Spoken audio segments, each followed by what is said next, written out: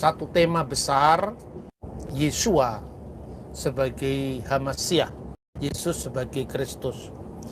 Kita akan membaca Lukas mulai dari bab 1 mulai dari ayat 26. Dalam bulan yang ke-6 Allah menyuruh malaikat Gabriel pergi ke sebuah kota di Galilea bernama Nazaret, kepada seorang perawan yang bertunangan dengan seorang bernama Yusuf dari keluarga Daud.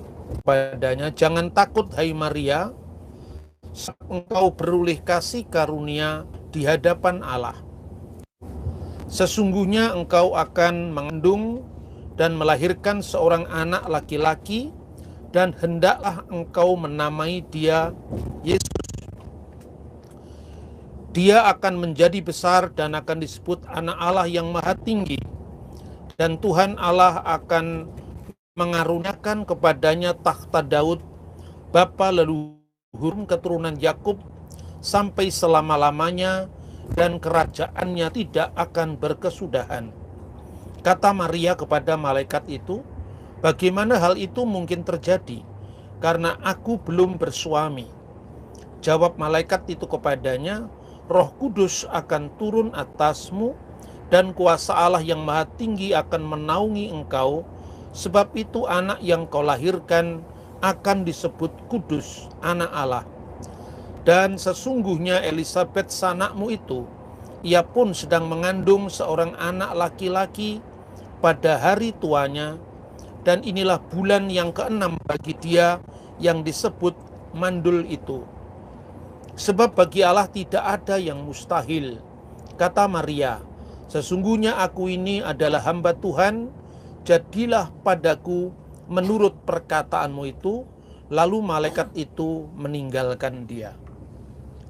Nah, saudara-saudara, berkaitan dengan historisitas Sang Mesias, tempat kelahirannya di Bethlehem Efrata, dan itu jelas sekali dalam nubuatan Nabi Mika yang digenapi nanti kita bisa membaca di dalam Injil Matius. Historisitas Natal itu sudah dipergumulkan gereja mula-mula sejak awal berdirinya rumah Kristus atau tubuh Kristus di muka bumi ini. Mula-mula gereja waktu itu menghadapi ajaran gnostik, ya ajaran yang menyangkal tentang realitas kemanusiaan Sang Kristus. Maka di dalam Injil ditegaskan secara khusus Injil Yohanes, firman itu telah menjadi manusia. Firman itu telah menjadi daging, artinya Yesus benar-benar menjadi manusia.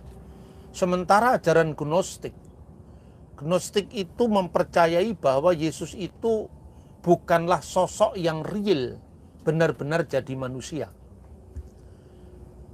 Rasul Yohanes menghadapi seorang pemimpin sekte sesat di Efesus yang namanya adalah Korintus. Dan itu terabadikan dalam suratnya, yaitu surat 1 dan surat kedua Yohanes, di mana Yohanes mengatakan, siapakah antikristus itu kalau bukan mereka yang menyangkal Yesus adalah Kristus. Mereka menyangkal baik Bapa maupun Anak. Itulah roh antikristus. Nah, kata antikristus ini dalam bahasa Yunani dipakai dalam surat 1 Yohanes. Sementara di dalam Injil Matius dan Injil Markus digunakan pseudo-Kristo. Pseudo-Kristos itu artinya Kristus palsu, peniru Kristus. Sementara antikristus itu artinya pelawan Kristus. Dua kata atau dua istilah Yunani ini dipakai oleh para rasul karena menerjemahkan apa yang sesungguhnya diucapkan Yesus aslinya dalam bahasa Aramaik, yaitu Mesiha Dagala. Mesiha itu artinya Hamasiah, Dagala, itu yang menjadi bahasa Arab Dajjal. Dan itu muncul dalam Alkitab bahasa Arab ya. Man huwa ad-Dajjal. Siapakah Dajjal itu? Adalah mereka yang menyangkal bahwa Yesua adalah Al-Masih. Hada huwa al-Masihud Dajjal. Jadi Dajjal atau Dagala itu cirinya ada dua. Pertama, dia pelawan Kristus dan gerejanya dan ajarannya. Dan yang kedua, bukan hanya melawan, tapi dia meniru Kristus. Dalam sepanjang sejarah, ya, itu tampak dari berbagai macam ajaran bidat yang muncul dalam awal sejarah gereja. Setelah bidat Korintus itu muncul lagi penerusnya namanya Markion. Markion atau Marsion itu sampai-sampai dia harus merevisi perjanjian baru, kanonnya para rasul. Maka para rasul itu sangat jemaat rasuli dalam hal ini sangat terganggu dengan gerakan Markion. Dan Markion itu ajarannya disebut doketisme. Kata dokein itu artinya tampaknya. Jadi Yesus itu hanya tampaknya manusia, tapi tidak benar-benar manusia. Di kemudian hari lagi, ajaran ini diteruskan oleh bidat yang namanya Basilidas. Karena Yesus itu tidak real jadi manusia, maka bagaimana mungkin Yesus disalib? Maka mulai ada ajaran di Alexandria, seorang bidat yang namanya Basilidas, yang disalibkan itu bukan Yesus, karena tidak mungkin bayangan disalib. Yang disalibkan itu adalah Simon orang Kirene, yang wajahnya diserupakan dengan Yesus, dan dia akhirnya yang disalibkan mengganti Yesus. Itulah ciri-ciri ajaran bidat, ajaran awal sejarah gereja yang kemudian direaksi oleh gereja Tuhan. Maka Dajjal itu ada dua, Antikristus itu ada dua, yaitu Antikristus yang akan datang pada akhir zaman. Karena di dalam 1 Yohanes pasal 2:18, seorang Antikristus akan datang. Berarti belum datang. Namun sekarang ini sudah banyak muncul Antikristus. Itulah tandanya bahwa ini adalah saat yang terakhir.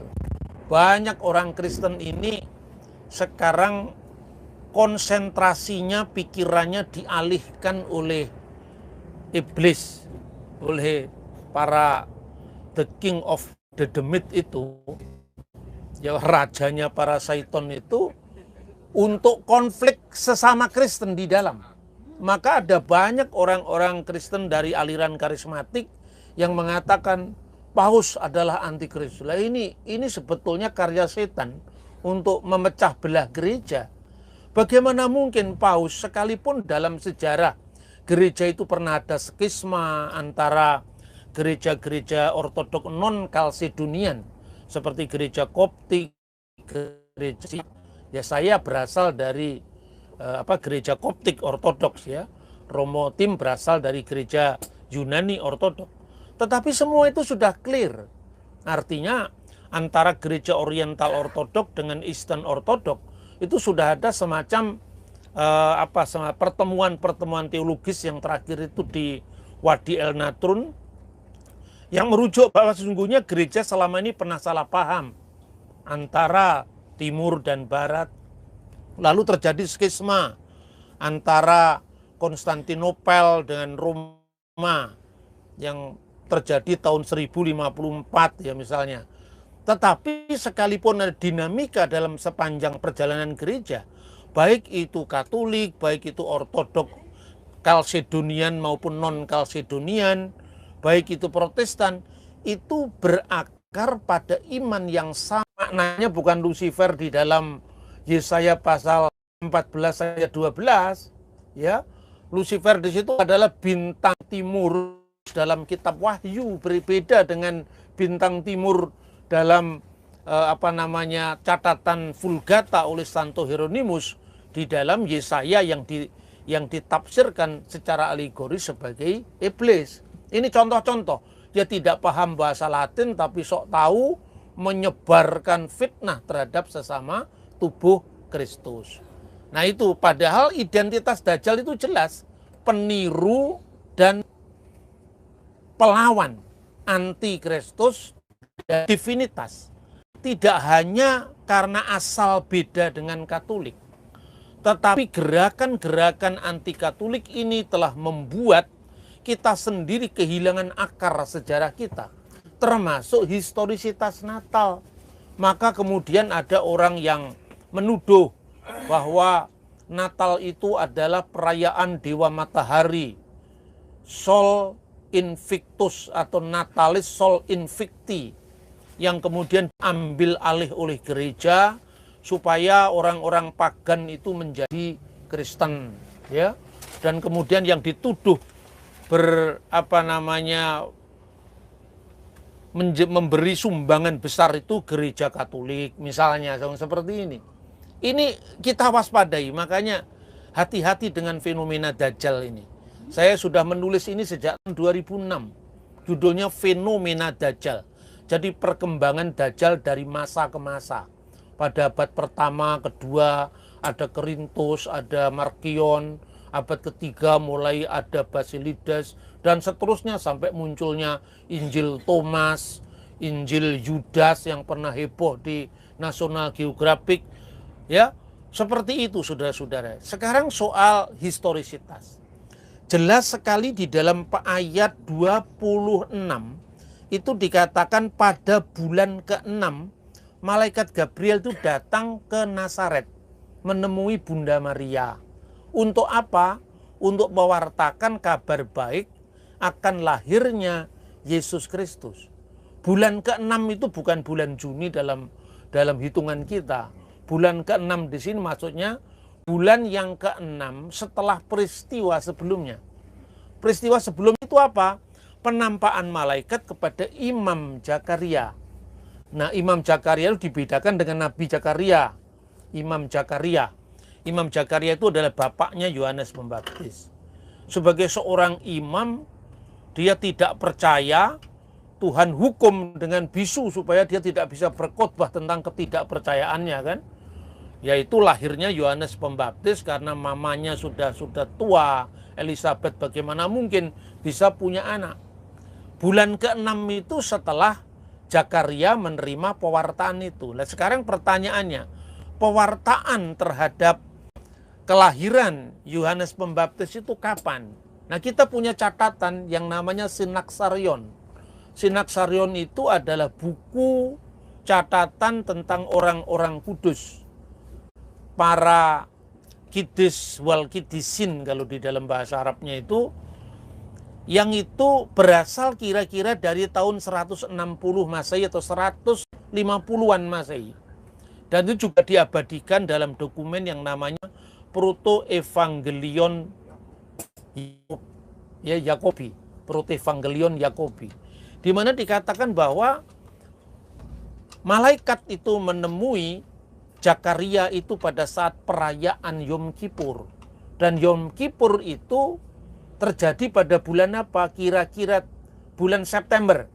Karena dahulu itu namanya Tisri kalau bulan Ibrani. Sekarang malaikat menemui Zakaria di bulan Tisri.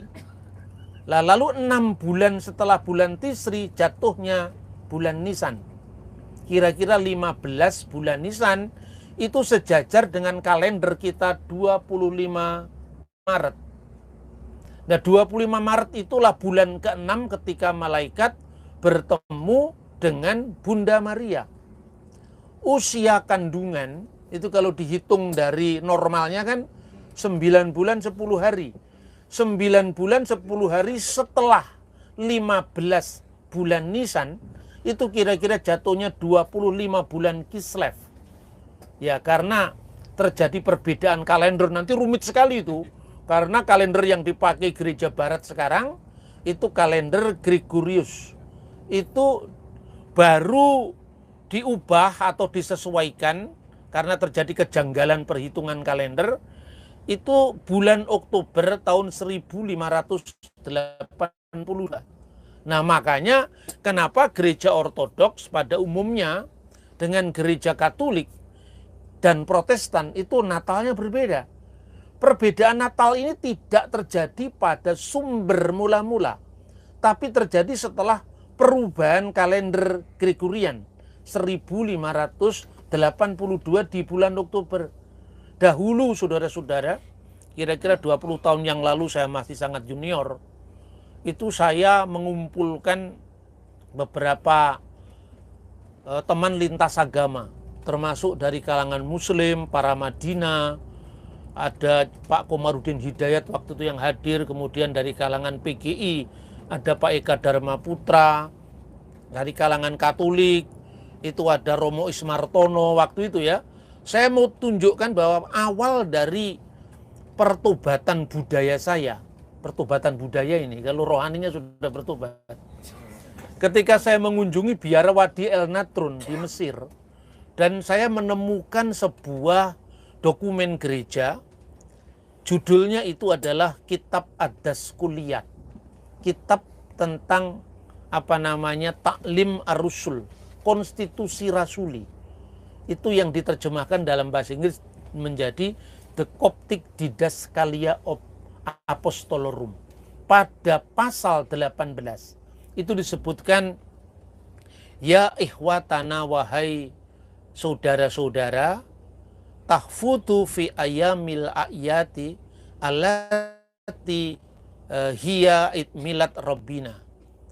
Tetapkanlah pada perayaan-perayaan, hari perayaan-perayaan kita, maksudnya perayaan gerejawi, yaitu miladnya Tuhan atau juru selamat kita Yesus Al-Masih, wa kamaluhu, tepatnya fi kamsati wa isrin min syahri tasi'i lil min syahri tasi'i lil Ibraniyin. Jadi kira-kira Natal itu peringatannya itu adalah 25 bulan ke-9 Ibrani atau tanggal 29 bulan Mesir Koptik ya. Ya, bulan Mesir Koptik itu kalau di gereja Koptik itu tanggal 29 bulan Kiyah. Kita ini punya banyak kalender loh. Di Mesir itu pakai kalender bintang ya. Di barat itu punya kalender matahari, ada 2 versi, Julian, kalender yang dipakai oleh gereja-gereja ortodoks sampai hari ini. Lalu Gregorian, itu sama-sama kalender matahari. Kalau kita melihat naskah kaum Esseni, itu juga orang Yahudi yang lebih tua daripada Yahudi Rabbinik sekarang, itu pakai kalender matahari juga. Sementara orang Yahudi Parisi pakai kalender bulan. Nah ini rumit sekali, tapi saya tidak masuk ke dalam kerumitan itu. Cuman saya tunjukkan, jangan sok tahu lah kalau tidak tahu kalendernya. Itu saja kan. Saya di Jakarta ketemu dengan seorang yang sok sekali tahu, dikatakan, wah itu kelahiran Dewa Matahari. Sik Thomas, sik sabar dulu. Buka Google kamu. Sekarang kan kamu tidak punya literatur yang saya sampaikan, toh kan saya ajak juga kamu nggak bisa lihat. Kamu buka Google, di situ tulis saja kalender Oktober 1882. Dibuka bener kan muncul di situ. Loh, apa yang janggal Pak? Mana tanggal 4 kok langsung tanggal 15? Coba Anda lihat, buka sekarang. Kalender Oktober 1582. Itu di internet sudah ada. Kehilangan 11 hari. Itulah sebabnya tanggal 25 Desember di gereja barat. Itu di gereja timur, kalau pakai kalender Julian masih tanggal 15. Kalau di barat tanggal 25. Inggris menyesuaikan kalender itu baru tahun 1700-an. Lah, kita ini semua dilanda sakit ingatan. Karena itu peristiwa bulan lalu aja kita sudah lupa, apalagi peristiwa 2000 tahun yang lalu kita sok tahu kan. Nah itu. Nah, saudara-saudara, orang yang pertama meragukan kalender gerejawi itu teolog Protestan dari Jerman. Namanya adalah Paul Ernest Jablonski. Itu kira-kira tahun 1790-an itu kalau di Jawa, zaman kerajaan Surakarta Hadiningrat itu. Bagaimana kita bisa mau sok tahu tentang sejarah gereja yang berjalan 2000 tahun? Nah itulah saudara-saudara, bukan hanya hitungan cermat dari kalender gerejawi, tetapi juga ada data-data sejarah sejaman. Nah, ternyata para bapak gereja itu menerjemahkan karya-karya sejarah umum. Misalnya Eusebius dari Kaisarea itu mengutip Flavius Josephus, Epifanius dari Salamis, ya, mengutip sejarah-sejarah yang bacanya dari literatur yang tidak Kristiani. Artinya mereka itu membuktikan sejarah berdasarkan dua aspek itu. Nah, orang Yahudi sampai hari ini punya peringatan yang namanya Tisab B'Av, 9 bulan Ab. Itu runtuhnya bait suci. Tinggal tembok ratapan yang sekarang itu. Itu terdapat dalam buku dokumen Yahudi yang judulnya adalah Migilat Ta'anit, gulungan puasa. Lah itu dikatakan bahwa pada tanggal 9 bulan Ab, tepatnya tanggal 5 Agustus, ketika bait Allah itu dibakar, yang sedang membakar ukupan itu adalah rombongan Abia. Rombongan Abia itu rombongan keberapa? Rombongan ke-8. Rombongan ke-8 itu rombongannya Zakaria. Tapi di dalam catatan Megilot Ta'anit itu yang sedang membakar ukupan rombongan pertama, yaitu Yoyarib. Dari mana kita tahu ada rombongan-rombongan yang bertugas sebagai mismar, pembaca Mazmur sekaligus pembakar ukupan? Itu dari 1 Tawarik pasal 24, ya, mulai dari ayat 7 dan seterusnya. 24 rombongan. Lah kalau di bulan Ab itu sekitar Agustus, ya, minggu pertama yang membakar ukupan itu rombongan pertama, dihitung mundur ke belakang kira-kira 75 tahun. Nantinya rombongan ke-8 ini jarang dibaca karena di mata kuliah teologi kita memang tidak ada mata kuliah ini waktu Paskah, tinggal lihat kalendernya merah. Yang menciptakan kalender siapa? Yang menghitung kalender liturgis siapa? Kita ingat tinggal 25 Desember libur semua, kan? Karena kita sudah tinggal lihat kalendernya. Yang menciptakan jahitan gereja tua, ya kan? Bukan seperti yang sejarah. Maka saudara bertobatlah secara umat Kristus ini. Itu historisitas 5 bulan ke-9 Ibrani, ya, Fikamsati wa Isrin Syahri Tasi'alil Ibraniin, itu bisa dihitung secara cermat. Itu yang pertama. Kedua, bagaimana dengan divinitas Sang Mesias? Kemarin kita sudah melihat bahwa salah satu penolakan dari sekte Yahudi yang bertahan sampai di zaman modern itu karena Mesias itu sehebat apapun dia hanya manusia biasa, bukan memiliki divinitas pada dirinya, kan seperti itu kan. Tapi Anda lupa bahwa Yahudi rabbinik itu merupakan sebuah reformasi keagamaan setelah runtuhnya bait suci yang kedua. Jadi diawali dari seorang rabi yang sangat senior namanya Yohanes Zakkai, minta damai kepada perwakilan Roma, lalu diberikan sebuah tempat namanya Yapni. Disitulah terjadi reformasi agama Yahudi. Salah satunya reaksi terhadap kekristenan. Penolakan Septuaginta dan sebagainya itu sebetulnya diawali dari situ. Kenapa Septuaginta itu ditolak?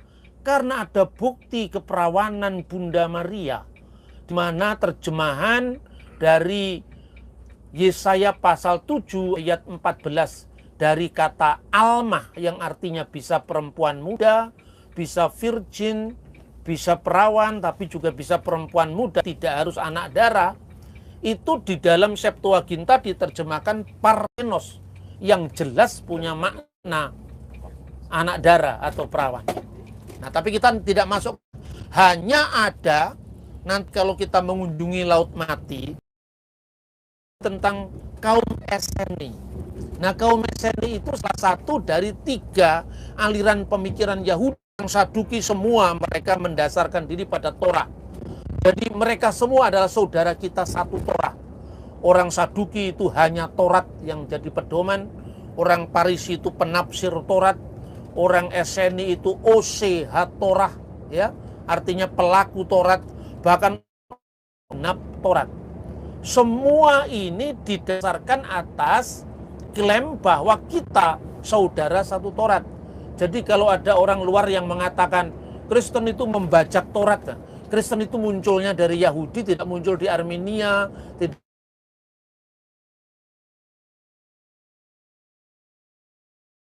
maka di dalam gereja mula-mula jemaat Yerusalem itu disebut Nosrim. Nosrim yang diterjemahkan Nasrani. Nah, sementara ketika gereja sudah berkembang di Antioquia, ya, wilayah Syria dulu, Syria Raya, sekarang ini Turki, itu disebut Kristianos atau Kristiani. Kira-kira seperti itu. Nah, di dalam naskah-naskah Laut Mati itu penemuan dari tahun 1947 di beberapa gua yang terdiri dari 11 gua. Tahun 2017 kemarin ditemukan gua ke-12, jadi sekarang 12 gua, ya, baru saja. Itu pada gua keempat ditemukan sebuah naskah yang namanya naskah Anak Allah. Jadi apa? Selain naskah-naskah Alkitab, itu juga ditemukan naskah-naskah tafsir terhadap Alkitab, misalnya Peser Habakuk, misalnya tafsiran Nabi Habakuk. Lah itu ada naskah yang ditemukan di gua keempat, ya, yang disebut naskah Bereh Diel. Itu secara luar biasa isinya sama dengan yang kita baca dari Injil Lukas tadi. Pada kolom kedua 4Q246, ya, itu nomor naskahnya. Itu diungkapkan dalam bahasa Aramaik, kolom kedua baris pertama. Itu berbunyi Bereh Diel Yitamar Ubar Elyon Yikroneh. Ini bahasa Aramaik. Yang artinya apa? Mereka akan menyebutnya anak Allah. Dan mereka akan dengan Lukas pasal 1 ayat 35. Bahwa Roh Kudus akan turun atasmu dan kuasa yang mati akan menaungi engkau. Sehingga anak yang kau lahirkan disebut kudus, anak Allah. Anak Allah yang maha tinggi. Dua kata ini, El Elyon, Elyon, jadi anak dari yang maha tinggi, dan Bereh Diel, anak dari Allah. Itu muncul dalam naskah Laut Mati. Dan juga kekuasaannya tidak berakhir. Malkuteh Malku Olam, kerajaannya akan kekal. Itu disebutkan pada baris kelima dari naskah yang disebut Bereh Diel atau The Son of God, manuskrip tadi. Nah, saudara-saudara, jadi artinya perjalanan kita ke Tanah Suci. Saudara-saudara lihat yang warna kuning-kuning itu, brosur-brosur itu, itulah kampanye hukum Nuh itu. Apa namanya, Sefa Misfot Beni Noah, di mana orang-orang bukan Yahudi itu bukan berlaku hukum Musa, tapi berlaku hukum Nuh. Di dalam Kisah Rasul pasal 15, kita tidak boleh membebankan apa yang dibebankan oleh nenek moyang kita yang kita sendiri tidak bisa menanggungnya kepada orang-orang yang bukan Yahudi. Makanya kalau gereja Goyim, gereja non-Yahudi sampai sekarang ini makan lele, makan ikan belut atau makan ikan patin, ya memang tidak menyalahi apa-apa. Memang sejak semula non-Yahudi tidak berlaku hukum Musa. Kalau bagi Yahudi berlaku hukum Musa. Jadi itu saudara-saudara perjalanan kita ke Holy Land ini semoga memantapkan pemahaman kita tentang firman Tuhan, bahwa divinitas dari Sang Penyelamat itu tidak hanya merupakan klaim sepihak dari iman Kristen di Konsili Nikia, Konsili Konstantinopel. Konsili-konsili itu kan hanya menyimpulkan tradisi rasuli atau paradosis apostolik yang dari zaman ke zaman secara tanpa putus diterima oleh rasul-rasul Yesus dari Yesus, lalu dari murid-muridnya para rasul, dari murid-muridnya para rasul, dan seterusnya. sampai bapak-bapak konsili, sampai gereja kita di masa modern sekarang ini, dan tidak akan berubah di ajaran yang satu itu pada akhir zaman. Karena itu gereja sejak menyatukan dua kelompok ini di bawah Santo Ignatius dari Antioquia Alkidis, Ignatius Al-Antaki, itu menulis 7 dokumen yang meneguhkan gereja-gereja Tuhan sebelum dia menjalani kemartirannya di Roma pada tanggal 20 Desember tahun 107 Masehi. Ya, salah satunya dia mengatakan bahwa kita ini adalah gereja yang satu, kudus, katolik, dan apostolik. Nah, kata katolik ini menjadi kata sifat dari seluruh gereja. Baik gereja Katolik di Roma maupun gereja-gereja Ortodoks, semua disebut Katolik karena apa? Bersifat umum, menyatukan semua budaya, termasuk Kristen Yahudi dan Kristen non-Yahudi, antara Nosrim dan Kristianos, antara yang taat pada Taryag Misvot Mose yang sekarang disebut 613 hukum Musa bagi orang Yahudi, dan Sefa Misvot Beni Noah, 7 hukum bagi anak-anak Nuh, itu disatukan menjadi yang namanya gereja yang Katolik. Kenapa? Ketika Rasul Petrus sebelum meninggalkan Antioquia berangkat ke Roma, menurut catatan sejarah gereja dari Eusebius, dia mengangkat 2 uskup, 2 episkop. Yang pertama namanya Evodius, yang berlatar belakang bukan Yahudi. Satunya Ignatius yang berlatar belakang Yahudi. Karena waktu itu Antioquia 20% populasi masyarakatnya itu Yahudi. Kenapa diangkat 2 uskup kembar ini? Satunya untuk melayani yang tunduk kepada hukum Musa, orang-orang jemaat yang bersunat. Satunya melayani yang tunduk pada hukum Nuh, yaitu jemaat yang tidak bersunat. Itulah yang akhirnya disebut kita percaya akan kanisah wahidah jami'ah muqaddasah rasuliyah. Kanisah yang satu, wahidah, muqaddasah, kudus. Jami'ah itu bukan masjid jami', artinya menyeluruh, umum. Itu Katolik ya, jemaat yang universal dan apostolik rasuliah, karena memiliki akar rasuli dari ajaran yang diterus sampaikan tanpa putus di zaman modern. Soal saudara tua kita orang Yahudi tidak menerima Yeshua HaMasyiah, itu pilihan pribadi, tidak usah ditajam-tajamkan, karena seorang yang menerima Yeshua sebagai HaMasyiah, Yeshua sebagai Adonai, itu karena Ruach HaKodes, karena Roh Kudus semata. Tuhan memberkati kita lanjutkan peziarahan kita menuju ke Tabor, di mana kita akan melihat nanti Kristus ditransfigurasikan, diubah muliakan, disaksikan oleh 2 saksi dari Perjanjian Lama, yaitu Musa dan Elia, karena menjelang hari Tuhan Elia akan datang. Selamat berziarah, Tuhan memberkati kita. Shalom.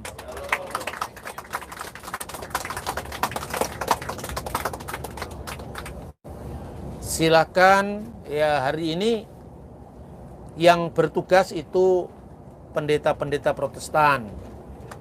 Nanti pada saat kita ibadah di Kana, saya umumkan sekaligus ya, liturgi yang kita pakai itu liturgi dari gereja Katolik. Karena memang gereja yang kita kunjungi adalah gereja Katolik yang di Kana. Nanti saya mohon itu ada Romo Ginting, putra Midan, putra Batak, yang akan membaca liturginya, dan nanti Father Timotius dari gereja Ortodoks Yunani yang akan memberikan berkat kepada pasangan-pasangan yang rekomitmen pernikahan. Ini bukan sakramen ya. Jangan sampai nanti kita punya surat di sana kemudian kita daftarkan catatan sipil di Indonesia. Itu bahaya. Itu hanya rekomitmen, jadi tidak ada pernikahan 2 kali. Saya kira ini benar-benar grup yang sangat oikumenis. Ya, tiga kelompok yang menjadi pengikut Kristus dari gereja Ortodoks, gereja sekalipun dianggap aneh oleh mata dunia, tapi kita tidak aneh di mata surga.